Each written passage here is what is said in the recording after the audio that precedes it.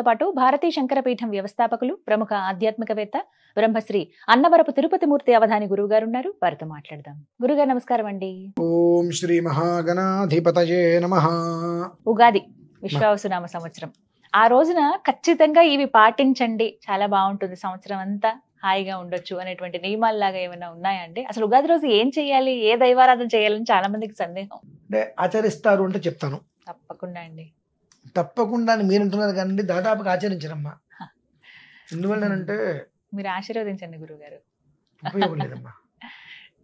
ఉపయోగం ఎందువల్లంటే మనం ఆశీర్వదించాము అంటే వాళ్ళు చెయ్యలేదు అంటే ఆ పాపం కూడా మనకే వస్తుంది. చెప్పారు ఒకసారి ఈ మాట కూడా. ఎందుకు మనకు అంటే అంత గట్టిగా ఎలా చెబుతున్నానంటే యావత్ భారతంలో తండ్రికి మించిన పాపాత్ముడు లేదు, తల్లికి మించిన ద్రోహి లేదన్నట్టుగా ఉన్నారు.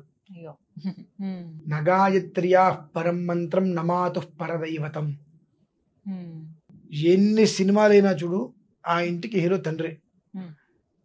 ఇవాళకి కూడా ఎవరైనా నీకు ఇష్టం నీ హీరో ఎవరు అంటే మా నాన్నగారు అంటావు. నేను ఎవరు చెప్తారండి? చిరంజీవి, వెంకటేష్, నాగార్జున. వాళ్ళ కోసం రక్తాలు ఇచ్చిలా కొట్టుకుంటారు, తగాదా పడతారు. వీళ్ళ నాన్న ఇంట్లో ఎవరైనా అంటే మాత్రం నోరు మూసి కూర్చుంటారు. అదేంటండి అంటే అవునమ్మా, పూర్వం మనం ఒక గణపతి విషయానికి వస్తే చెప్పాం, తల్లిదండ్రులను ఆరాధన చేసుకోవాలని చెప్పి. గణపతి విషయానికనే కదమ్మా, ఎవరికైనా తల్లిదండ్రుల్ని ఆరాధన చేయలేని వాళ్ళు ఇంకా అనవసరం. మీరు ఎప్పుడు ఆంజనేయ స్వామి చూశారా? ఆంజనేయ స్వామి ప్రత్యక్షంగా లేదండి. అదేంటండి? అనుభవించాను ఆయన. అంతే. పార్వతీ పరమేశ్వరుణ్ణి వారిని అంతే. ప్రత్యక్షంగా మనకు కనిపించేటువంటి దేవతలు పితృదేవతలు తల్లిదండ్రులు, వాళ్ళే పార్వతీ పరమేశ్వరులు. వాళ్ళు లేకపోతే మనకు జన్మ లేదు, లేకపోతే మనకు జన్మ లేదు. కాబట్టి యుగాది చక్కగా మనం కనుక ఇంట్లో ఉంటే అమ్మా నాన్న మనకి ఏం చేస్తారంటే నలుగు రాసి చక్కగా నూనె రాసి హారతి ఇచ్చి నలుగు రాసి నలుగు పెట్టి శుభ్రంగా వేడి నీళ్ళు తీసుకొచ్చి కుంకుడుకాయలు కొట్టి దగ్గరుండి ఓ టవల్ కట్టించి కూర్చోరు. అథవా నువ్వు పెద్దవాడు అయితే అవ్వచ్చు, 100 మందికి గురువు అయితే కావచ్చు కాక, నాకు నువ్వు కొడుకువే కూర్చోరా అని చెప్పి కూర్చొని నెత్తి మీద కుంకుడుకాయలు పెట్టి చక్కగా మనకు స్నానం చేయించి మన మొహాన్ని బొట్టు పెట్టి చక్కగా స్వీట్ తినిపిస్తారు ఇంట్లోకి రాగానే. అది మన మీద ఉన్న ప్రేమ వాళ్ళకి. మనం కూడా అలాగే ఎక్కడ ఉన్నా ఏ స్థాయిలో ఉన్నా యుగాది వచ్చిందంటే ఆ తల్లిదండ్రులకి ఇద్దరికి చక్కగా పార్వతీ పరమేశ్వరులాగా దేవతార్చన చేయాలమ్మా.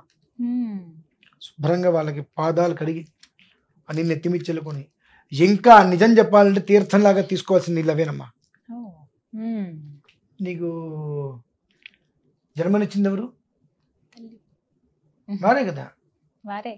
లేకుంటే అసలు ఈ భూమి మీదకి వచ్చేవాళ్ళు. చిన్నప్పుడు మలమూత్రాలన్నీ కూడా ఒంటి మీద వాళ్ళకి ఎత్తుకున్నప్పుడు ఎలా చేసినా నేను తిట్టుకొని ఇష్టపడలేదుగా. ఎంతో నా కొడుకు అంటే ఎంతో అన్నం తింటున్నప్పుడు కూడా నువ్వు గబిక్కిన అవతలికి వెళ్తే అసహించుకోవట్లేదుగా. బాధ్యతగా ప్రేమగా చేసేవాళ్ళు. కాబట్టి ఆ ప్రేమను నువ్వు ఎంతైనా చూపించగలగాలి. పాదాలు శుభ్రంగా నీళ్లు కడిగి నెత్తి మీద చెల్లుకొని ఇంకా అవసరమైతే తీర్థంలాగా తీసుకోగలిగితే అంతకు మించిన పుణ్యం భూమి మీద ఇంకోటి ఉండదమ్మా. మొత్తం భూమి మీద ఎన్ని నదులు ఉన్నాయో అన్ని నదుల తీర్థం తీసుకొని మీరు స్వీకరిస్తే ఎంతో, తల్లిదండ్రులు పాదాలు కడిగి ఆ తీర్థం తీసుకుంటే అంతకు 1000 రెట్లు ఎక్కువ. పరమేశ్వరుడు అనుక్షణము నీ వెంటే ఉంటాడు. మీరు నమ్మినా నమ్మకపోయినా పరమేశ్వరుడు అనుక్షణం వెంటే ఉంటాడమ్మా.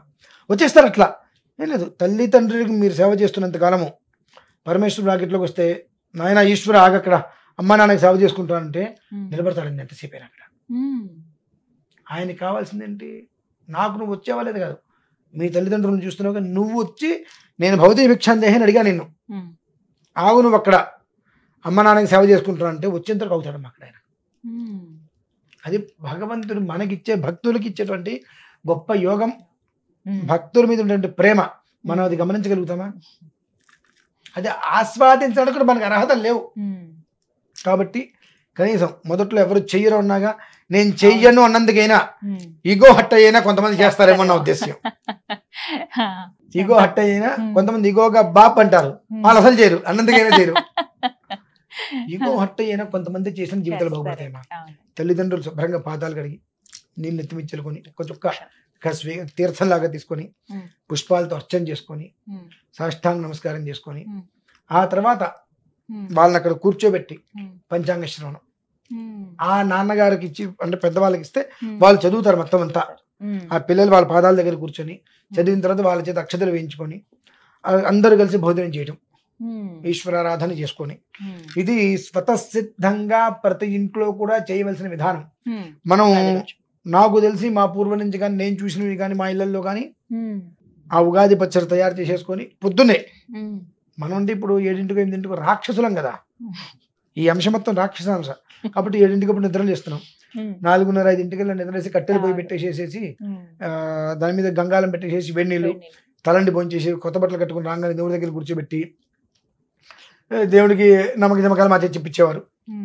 గురువు గారు వాళ్ళందరికీ లేదంటే మా నాన్నగారు మా తాతగారు వాళ్ళు లేరు, మా తాతయ్య గారు నాయనమ్మ గారిని అక్కడ ఉంచి ఫోటో వాళ్ళ దగ్గర బట్టలు పెట్టి వాళ్ళకి నమస్కారం చేసుకొని వాళ్ళ ఆశీర్వచనం తీసుకొని తీర్థం మొత్తం అందరికి పంచాంగ శ్రవణం కనీస మాత్రంగా ఎంతవరకు ఆ క్షణం వరకు మనం చదవాలి చేసుకొని ఆ పుస్తకానికి నివేదన పెట్టి తీర్థం అందరికి అదే ఇచ్చేసేవారు. అలా ఇప్పుడు ఎంతమంది ఆచరిస్తున్నారు? అది ఇప్పుడు నేను చెబితే మాత్రం ఆచరిస్తారు, నిజమేముందమ్మా. ఒక్కళ్ళైనా ఖచ్చితంగా వాళ్ళ తల్లిదండ్రులకి ఆరాధన చేసుకొని ఇది నేను వాళ్ళకి ఛాలెంజ్ చేసి చెప్తున్నానమ్మా. ఎలా అనుకున్నా ఓకే, ఏ ఒక్కళ్ళైనా వీడియో చూసి నిజంగా నా తల్లిదండ్రుల వల్లే నాకు ఈ జన్మ వచ్చింది కదా, వాళ్ళు లేకపోతే నాకు జన్మ ఎక్కడిది, వాళ్ళు నేను చిన్నతనంగా చేస్తున్నా కదా తప్పది అని తెలుసుకొని ఆ తల్లిదండ్రికి వీడియో కోసమని కాకుండా వాళ్ళు వీడియో చేసినా వాళ్ళు మొహమర్చేసి తెలిసిపోతుంది వాళ్ళు ఏ రకంగా చేశారో.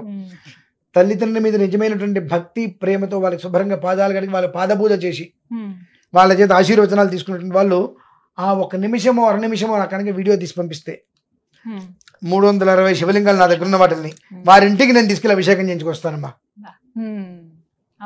రాను పోను ఖర్చులు కూడా నేనే పెట్టుకుంటా. కాకపోతే వాళ్ళు చేసేటువంటిది వీడియో కోసం కాకుండా ఆ ముఖం తెలిసిపోతుంది ఎలా చేస్తున్నారు, నవ్వుతూ చేసినా ఎలా చేసినా భక్తిగా చేస్తున్నారు ఎలా చేస్తున్నారు అంటే విషయం మనకు చూస్తున్నప్పుడు అర్థమైపోతుంది. నేను అదొకటి కోరుకుంటా.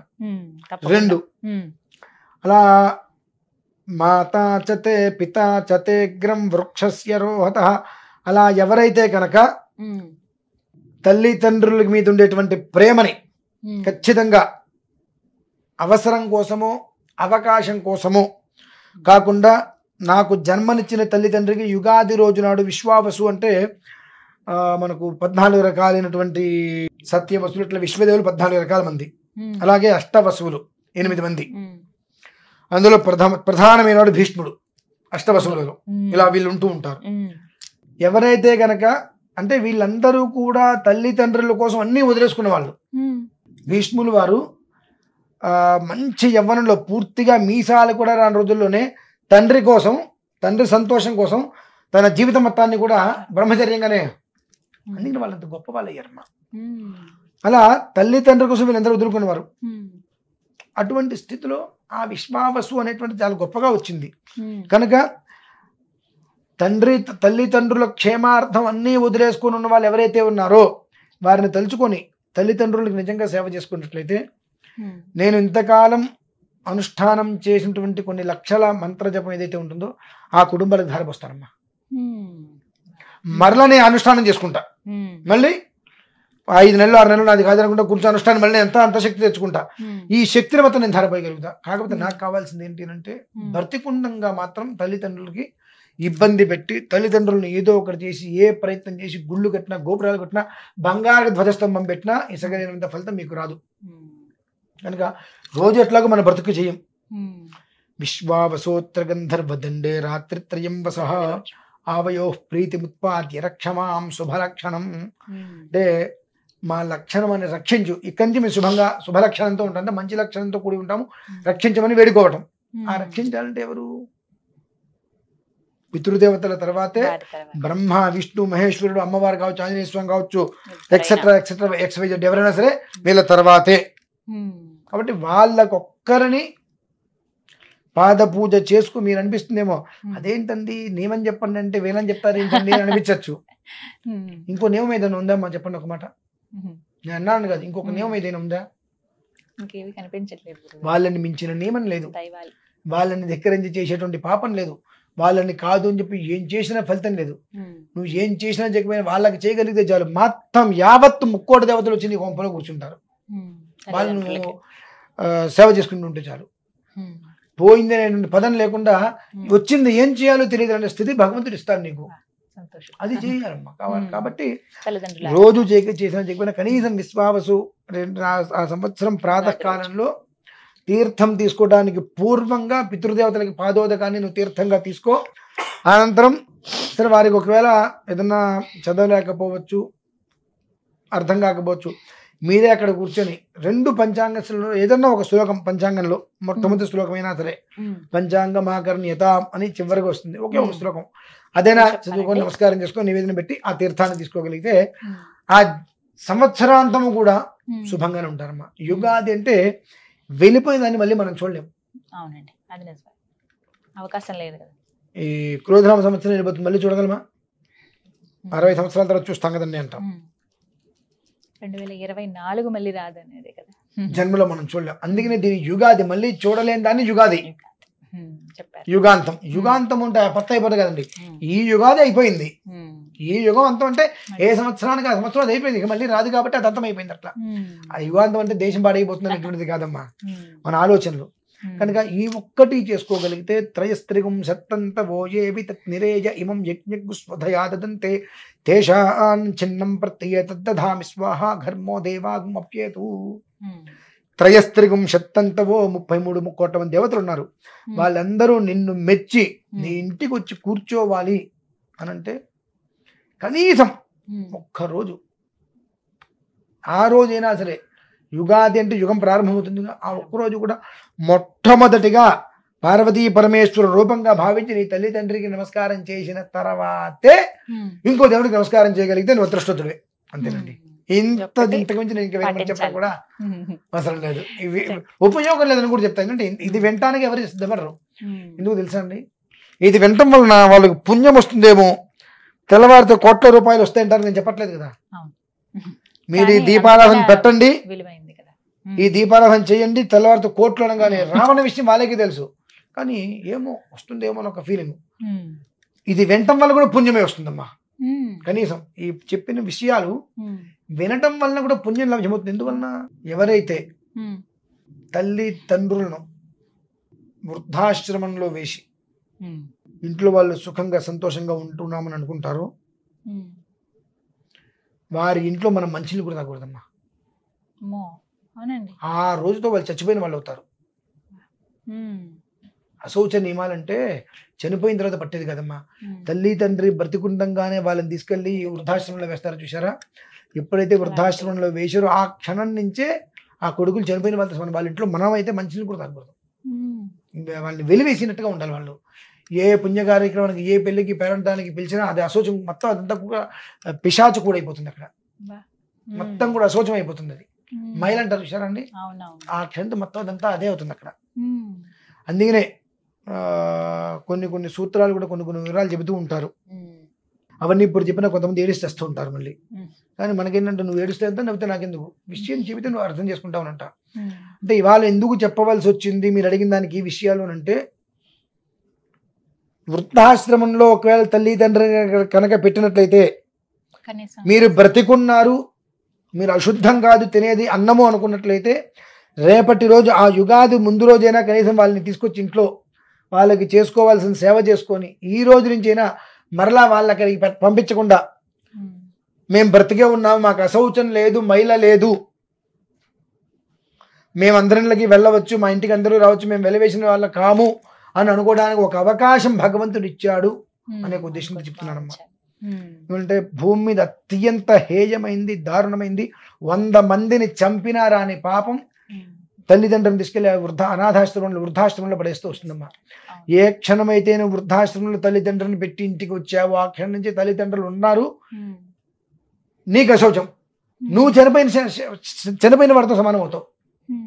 నీకు జీవం ఇచ్చిన వాళ్ళని దగ్గర జీవం లేకుండా చేసావుగా, ఇక నీకు జీవం ఎక్కడుంది? అటువంటి నిన్ను ఎవరైనా పిలవగలరా? తెలిసి అది పిశాచం, దయ్యము, ప్రేతం అని ఎవరైనా పిలుస్తారా? అటువంటి ఆ కోవకి చెందినవాడు అవుతావు నువ్వు. కాబట్టి గతం గోష్ఠిన కర్తవ్యం, దాని గురించి ఆలోచించి బాధపడటం కన్నా గతం గడిచిపోయింది కనుక వర్తమానం వాళ్ళని చక్కగా ఇంటికి పిలిపించుకొని చేసినటువంటి పాపాలకి పాదాలు పట్టుకొని నమస్కారం చేసుకుంటే ప్రాయశ్చిత్తం దొరికేస్తుందమ్మా ఖచ్చితంగా. ఇకపై వాళ్ళని పంపించుకుని ఇంట్లో ఉంచుకునే ప్రయత్నం చేస్తే ఆ పితృదేవతల యొక్క అనుగ్రహం వలన పార్వతీ పరమేశ్వరుడు ఎప్పుడూ కూడా 33 కోట్ల మంది దేవతలతో నీ ఇంట్లో కొలువై ఎప్పుడు సస్యశ్యామలంగా నేను చూడుగాక అని చెప్పి నేను ఈ విషయంలో మాత్రం ఆశీర్వదిస్తున్నానమ్మా. సంతోషం అండి. కానీ చాలా విలువైన విషయం, అందరూ తెలుసుకోవాల్సింది ఇది. తల్లిదండ్రులు లేని వారు, గతించిన వారికి ఎలాగూ అవకాశం లేదు, కనీసం ఉన్న వాళ్ళైనా ఈ విధంగా ఆ రోజున గౌరవించుకుంటే మంచిదన్నారు ఉగాది రోజున. చక్కగా వివరించారు.